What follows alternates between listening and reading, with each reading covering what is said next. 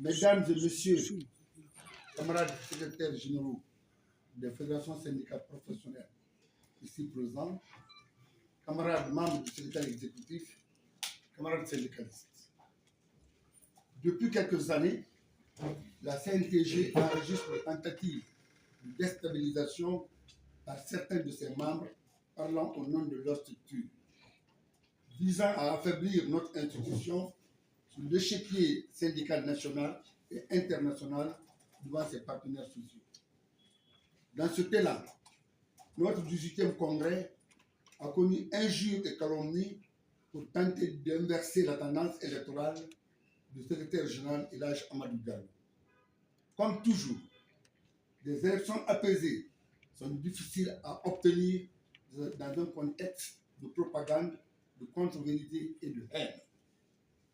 En dépit de tous ces comportements, le camarade Salifou Camara a toujours été associé à toutes les activités syndicales de la CNTG.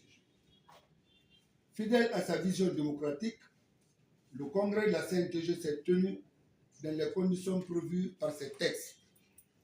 Depuis ce jour, le secrétariat exécutif et son bureau confédéral ont régulièrement subi des attaques, d'injures, de calomnies et de conspirations de la part du camarade Salifou Camara à l'époque, sur la légitimité de la décision du bureau confédéral. La décision de qualification et de sanction découle des statuts et règlements intérieurs de la CNTG en ses articles 33, 52 et 53 qui disposent ce qui suit. Article 33. Quand un membre enfreint au texte juridique ou aux principes démocratiques, l'organisation syndicale a le devoir de l'éduquer. Dans les cas graves, des sanctions peuvent être infligées aux coupables conformément aux dispositions du règlement intérieur. Article 52.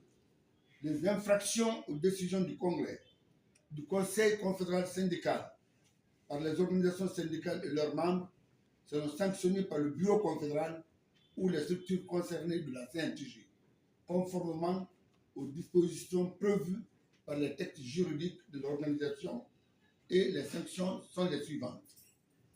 A. L'avertissement. B. Le blâme.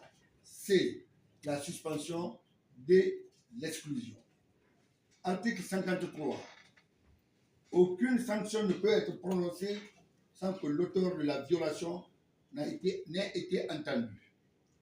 En cas de refus de répondre à deux convocations, la sanction est prise en conséquence.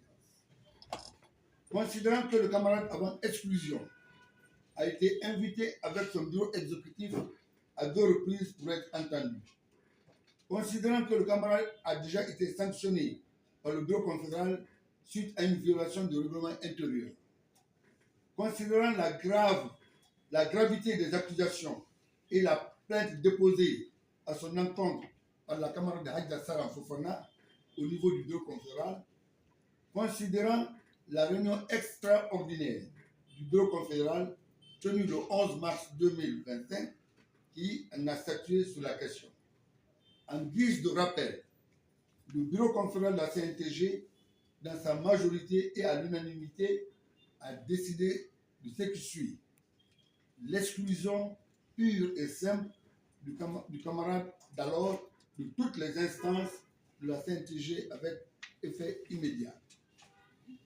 La convocation dans un bref délai, un congrès partiel pour son remplacement, le dépôt par les victimes de plaintes en vue de procédures pénales. En tout état de cause, la CNTG assume toute sa responsabilité dans le cadre du respect de ses textes juridiques et réglementaires. Je vous remercie.